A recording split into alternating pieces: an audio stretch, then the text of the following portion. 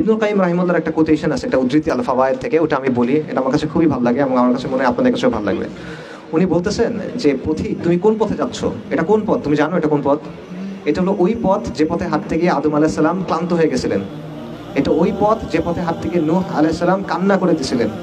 এটা ওই পথ যে পথে হাঁটতে গিয়ে ইব্রাহিমকে আগুনে ছুঁড়ে ফেলা হয়েছিল। এটা ওই পথ যেখানে হাত থেকে ইসমাইলকে শোয়ানো হয়েছিল জবেহ করার জন্য। এটা ওই পথ যেটার জন্য সস্তা দামে বিক্রি করে দেওয়া হয়েছিল ইউসুফ আলাইহিস সালামকে, কারাগারে থাকতে হয়েছিল থেকে কয়েক বছর। এটা ওই পথ যেখানে হাঁটার জন্য জাকারিয়াকে করাত দিয়ে দ্বিখণ্ডিত করা হয়েছিল।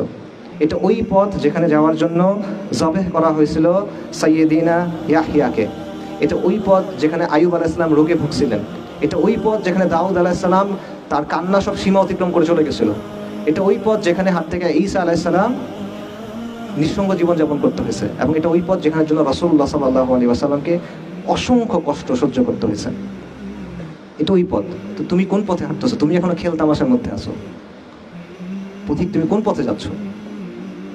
এটা হলো ইবনুল কাইয়িমের কথা। এইটা আপনাদের জন্য, আমারও আপনাদের জন্য কথা। আপনারা সিরিয়াসলি চিন্তা করেন। আমার কথা হয়তো বা আপনারা যেরকম এক্সপেক্ট করছেন ওরকম হয় নাই, বাট আমার মনে হয় এই জিনিসটা আপনাদের সবার, আমাদের সবার চিন্তা করা দরকার। আপনি আসলে এটার জন্য রেডি কিনা? এই কাজটা আপনার সামনে আছে। আল্লাহ আযজা ওয়া জাল প্রতিশ্রুতি দিয়ে রাখছেন। আল্লাহ কিছু প্রতিশ্রুতি দিয়ে রাখছেন, আল্লাহ কিছু কন্ডিশন সেট করে রাখছেন। আপনি যদি আল্লাহকে রাজি খুশি করাইতে পারেন, আল্লাহ তাকে বিজয় দিবেন। কিন্তু আপনি পারবেন কিনা? আপনার ওই সাহসটা আছে কিনা?